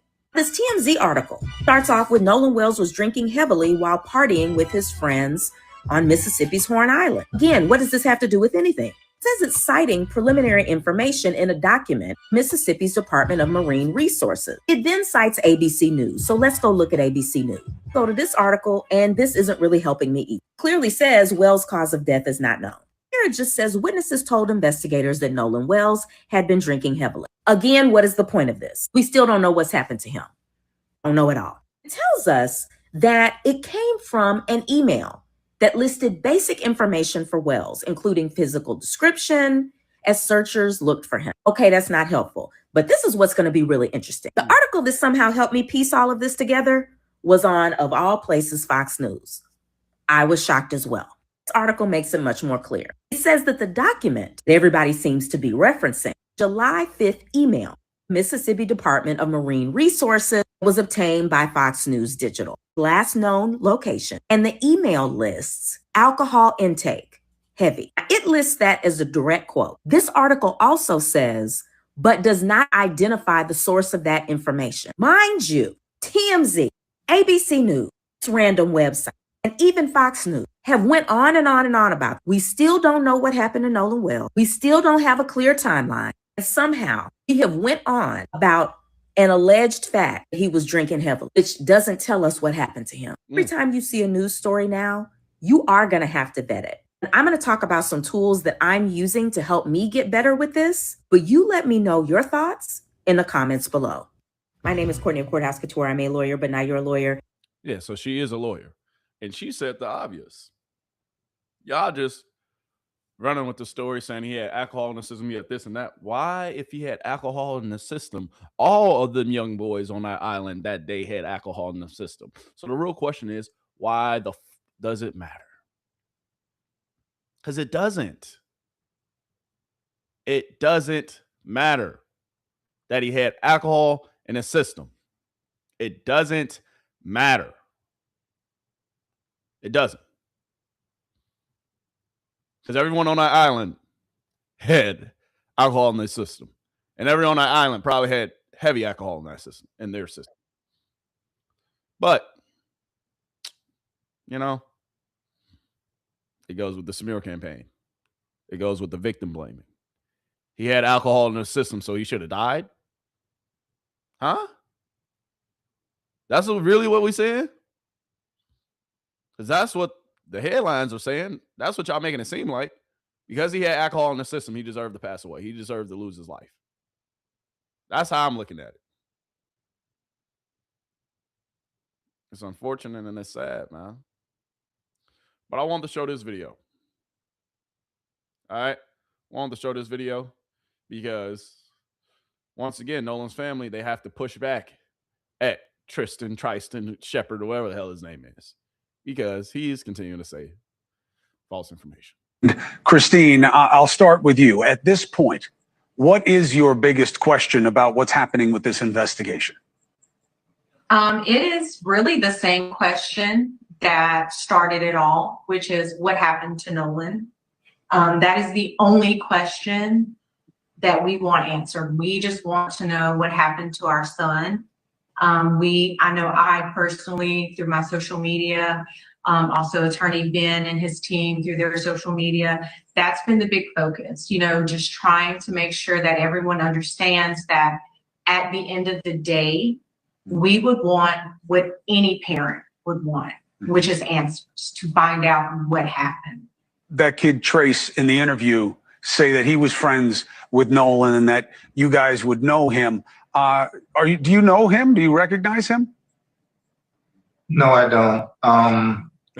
Just because you park your vehicle in someone's yard doesn't mean that they have to know you.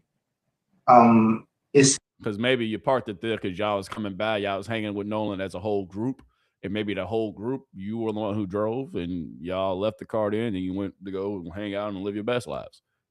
That's easily understandable. They wouldn't say they don't know him just for fun, but they don't know him. Why would they lie about knowing him? sounds more to me like he's more focused on getting people to know him and getting away from the fact that his so-called best friend is not here anymore.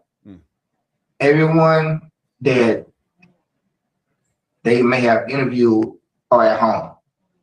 Our son isn't. Our son should be in college right now.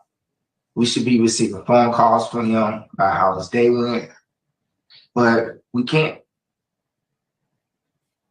And we just want everybody to focus on what the real subject matter is. Understood. And Christine, I'll start with you. At this point, what is your biggest question about what's happening with this investigation? Let me it is really the same question that started it all, which is what happened to Nolan. Period. That's all they want to know. That's all we as the people want to know. Come on, man. Come on, man. All we want to know is what happened to Nolan Wells. But we got people like this guy continuing to want likes and clicks and doing anything in his power to get them. And I appreciate y'all. Let me say this, man. I wish that there was a day that we all could get along. I'm not doing anything wrong to black people. It's just some of y'all Negroes don't want to hear criticism. Y'all will be just fine if I never mention anything about black people killing each other every day. Just for y'all love me.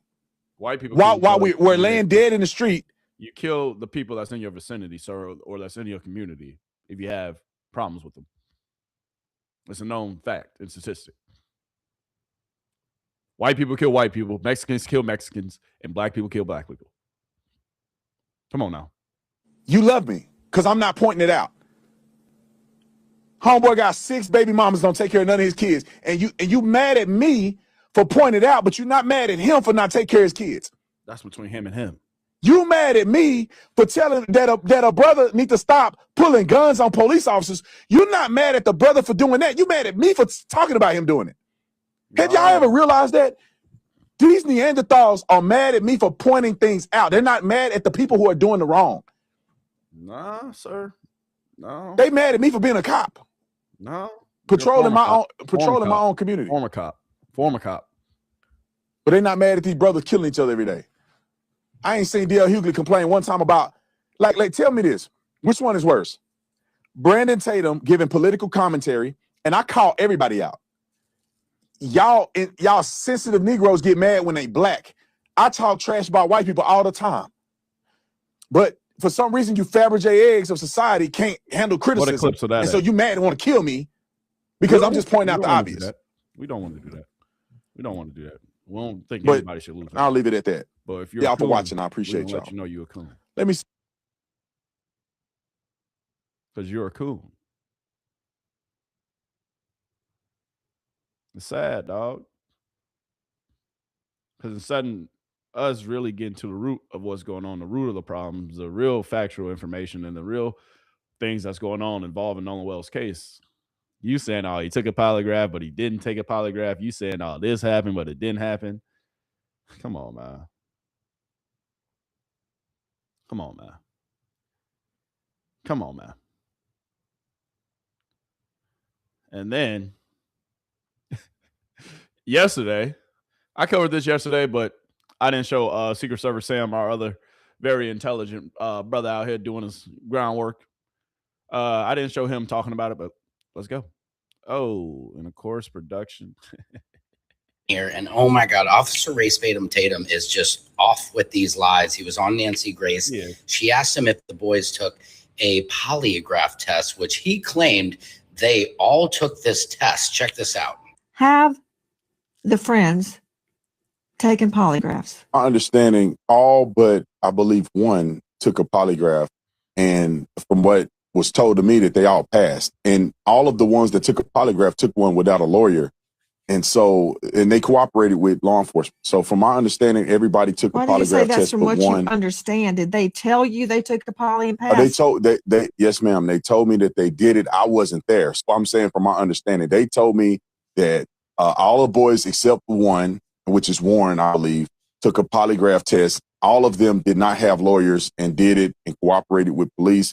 Warren also cooperated with police. I just believe he didn't take a lie detector test, but Warren is the young man that I interviewed. So according to what they told me, they all took a lie detector test and passed.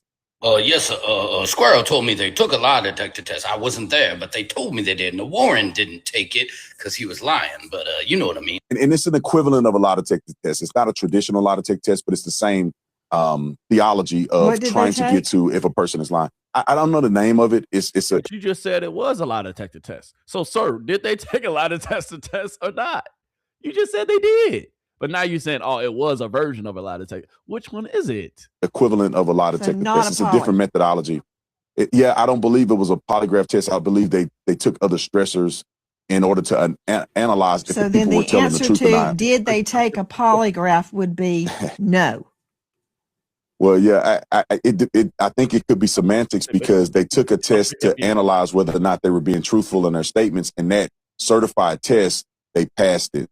It just wasn't considered a traditional polygraph. I think it's a more advanced way of doing it. Brandon Tatum. Did they take a lie detector test when they told you they took the lie detector test, and then Nancy just completely busts him down in this lie? It is insane the levels in which he will go to gargle the grapes of these boys. Secret Service Sam Out Samson for president of the world. He is going through great lengths. He is going through great lengths. And if you didn't hear, Warren's dad, all right, Warren's dad did come out yesterday. Was it yesterday or the day before? And he is putting up money for Nolan. So let me go ahead. I was going to show y'all the actual article that TMZ released. Actually, let me just pull that up for y'all real quick. All right, let's go to TMZ. TMZ. Hold on. Give me 2 seconds, y'all. Hold on. Bear with me.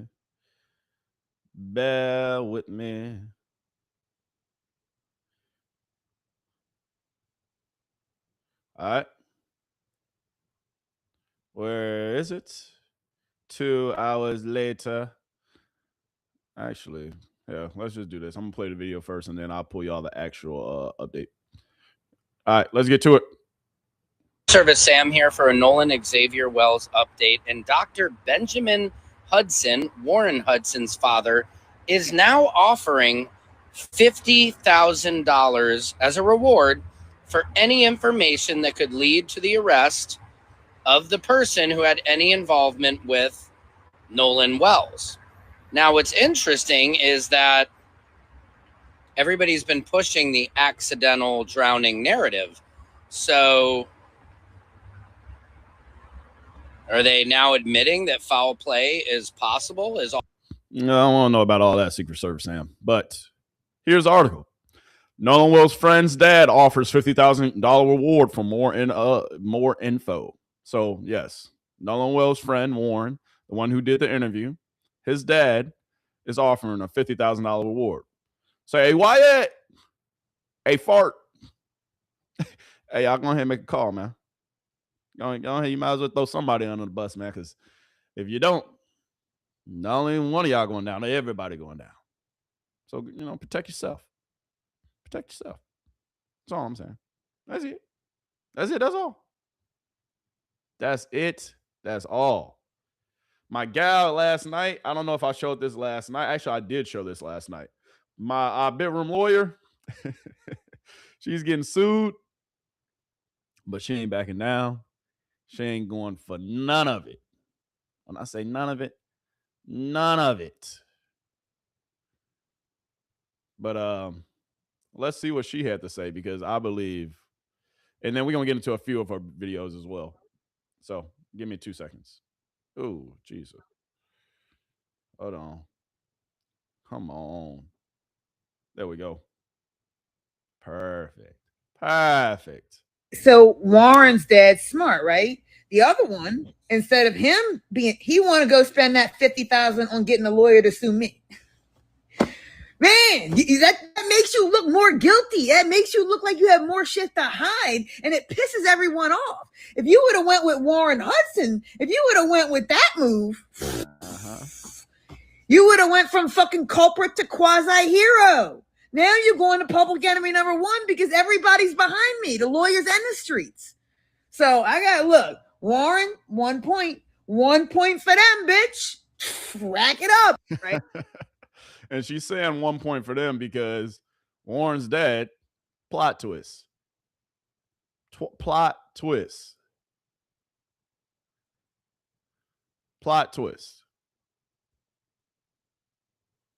Because Warren's dad, he is offering reward money.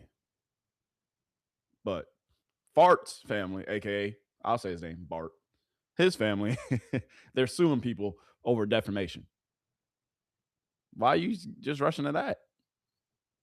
Because what she says right here is kind of factual. So I want to say, I hope y'all know, I have not ever mentioned anything about Katie or anything with that relationship. I've not even investigated that. So the people that are running with that narrative, that's who you have to go sue. Because what I did was report the facts based on actual evidence released from the Coast Guard, CETO, and GPS coordinates. It's not my fault that all of those things mention y'all. That's not my fucking fault. Those are official public documents that I was reporting on. Now, if you mad about the Katie story, show me where I said that, because now y'all really don't have no case, because I ain't said shit about Katie. I ain't said nothing about none of that. So go find them people, because I'm reporting on facts from official records. Also, I want to say, that's a fact.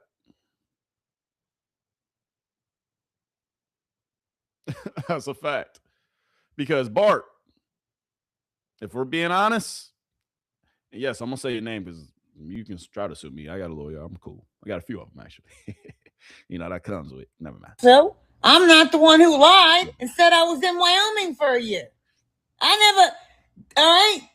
There's screenshots of like that dude saying that. So you have to go prove you weren't in Wyoming for a year now. So, all right, let's do that. Let's do that then, if that's what y'all want to do. Because what the fuck are you even alleging that I'm saying? I'm a lawyer. You understand that? Everything that I'm saying is based on a fact that was published by official records, official entities, and the person in question ratting on himself. I ain't make the Wyoming story up. Also, I'm not the one who lied and said I was in Wyoming for a year.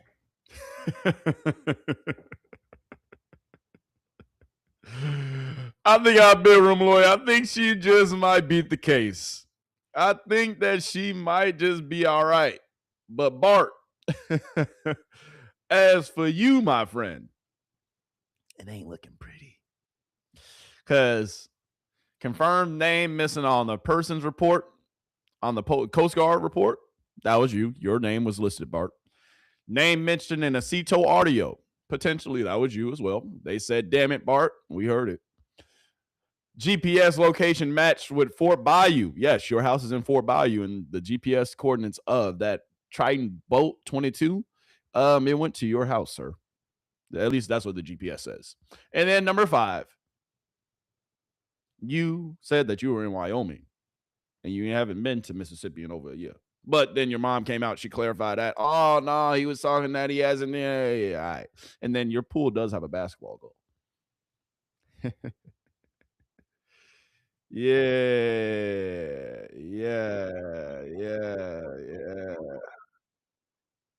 Hold on, y'all. Hold on,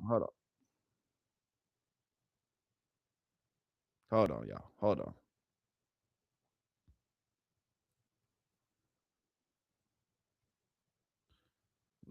All right. Give me 2 seconds. Let me play this clip because we got to continue. Scroll down my page. I was even telling you what that damn it fart meant. I was telling you that to me, that doesn't mean anything. You might go read into damn it fart and want to put your own. I know objectively what those words mean. That only means that I can prove fart was there. That doesn't mean anything else. And that's also on my page. So I'm just looking at evidence and telling you what it means or doesn't mean. That's all I'm doing. So, like, y'all gonna sue me for that? Sue me. I never killed nobody. I never alleged nothing with Katie. I just, from what I fucking saw was the facts that we are gathering associated with this person's involvement. That's all from official records. You can even scroll down my page. Facts. And she ain't lying. She ain't lying, y'all.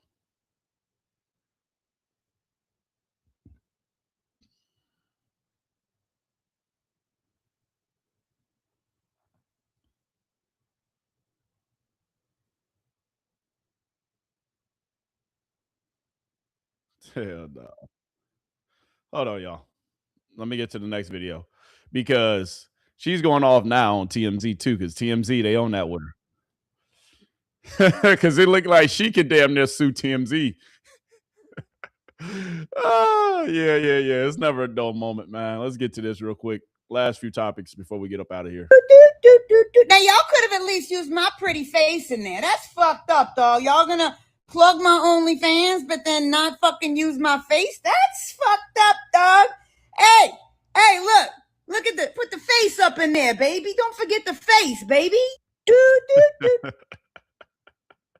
Hey, TMZ, it's about fucking time. Do you know how long I've been trying to get to you? Imagine their strategy of trying to call me an OnlyFans model as if that would be some sort of negative thing. When it was like, I couldn't have paid them to promote my OnlyFans. Do y'all understand how this works? Marketing is expensive. If y'all sue me, I have free lawyers. I don't want to pay for the marketing, so y'all are paying for my marketing by wasting money with lawyers. Thank you. I've been trying to get to TMZ for 7 fucking months, and y'all just got my OnlyFans plug. I'm gonna make so much money today from this. Thank you. Mwah! Imagine their strategy of trying to. This is how you flip it on his head, because at the end of the day, she's embracing it. She's embracing it. Y'all can say, y'all can try to sue her, y'all can do that, y'all can do this. Yeah. That's up to the bedroom lawyer. Looking for some crucial updates coming from you soon, miss. We here, we live, and we appreciate you. We appreciate you, miss. But the last update that I do want to give y'all, we can get back to Secret Service Sam, because this was mentioned earlier, but he kind of breaks it down into depth a little bit more, and this is going to be our last Nolan Wells video of the day, and then I will come back with some Shador Sanders updates. I'm here, and this is a Nolan Xavier Wells update. Attorney Ben Crump is on it. He has let us know that they have the audio from the CETO call and that they have audio experts, okay? We thank Janetta, Brantley, and all of the audio experts who have done their work now, but now we have forensic audio specialists who will be taking a look at this audio. And thanks to all of our work, it is now being looked at. They also have an oceanic expert who will let them know, how is it possible that Nolan ended up in the same place where they pretty much say they left him. They're saying with the waves, the tides, that this is most likely not possible. And here's a little message to all the haters. We're not going anywhere until we get justice for all these injustices that are happening right now in our country and that will continue to. You cannot silence us because there's way too many of us.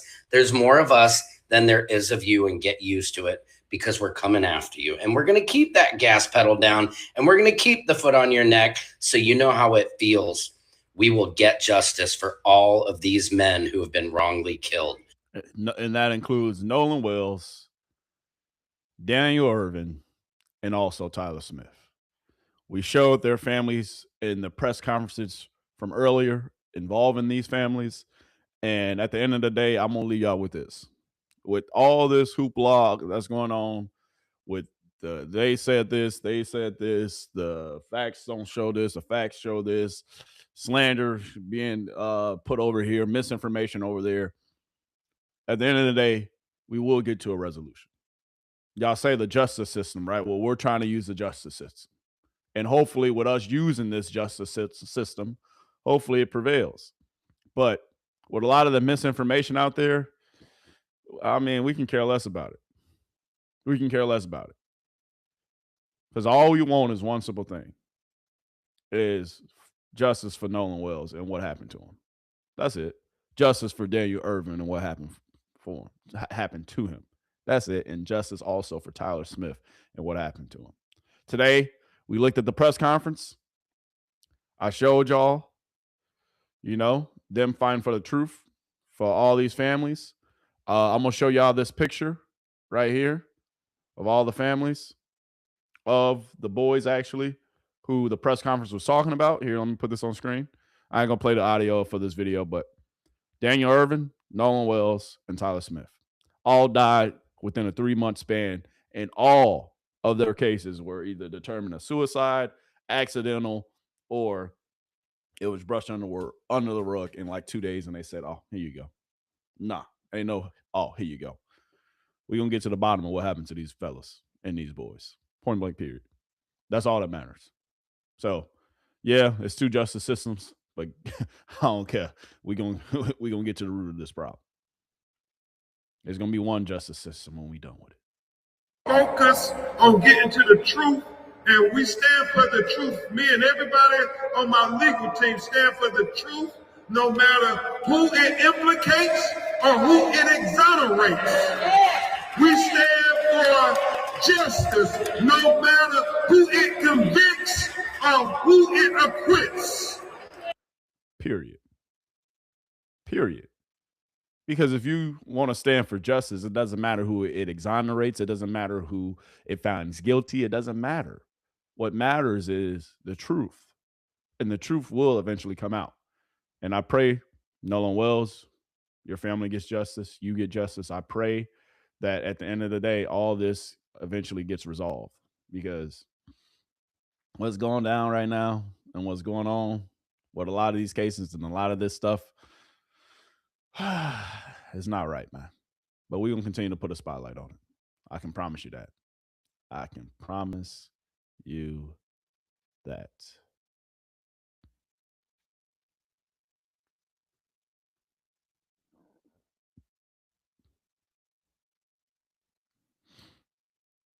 All right, but actually, hold on. Should I show this real quick? We kind of already hit on this, though. Yeah, I'll show a little bit of it. Tonight, in the last 24 hours, Nolan Wells' family hits social media giants, subpoenaing Nolan's. Yeah, the records and all that. Okay, we already hit on that. All right, so that's all today, folks. And all we're seeking is justice for Nolan Wells. Whether it proves somebody guilty or whether it proves somebody innocent. That's it. That's all. So I just want to say God bless y'all. Hopefully you enjoyed this little update today. It wasn't too much to be updated with Nolan Wells, but yeah, it's an amazing thing that hopefully one day we will get justice for Nolan Wells, because it's an amazing thing that the spotlight is now on Mississippi. It's an amazing thing that now Benjamin Crump is on the case, and it's an amazing thing now that this story won't be just getting brushed under the rug as another story or another injustice done. Because I pray that the Nolan Wells families get justice. And, well, that's all, folks. I'll see you soon. But remember, justice for Nolan Wells, justice for Daniel Erving, and justice also for Tyler Smith. And I pray for those families. And you should too.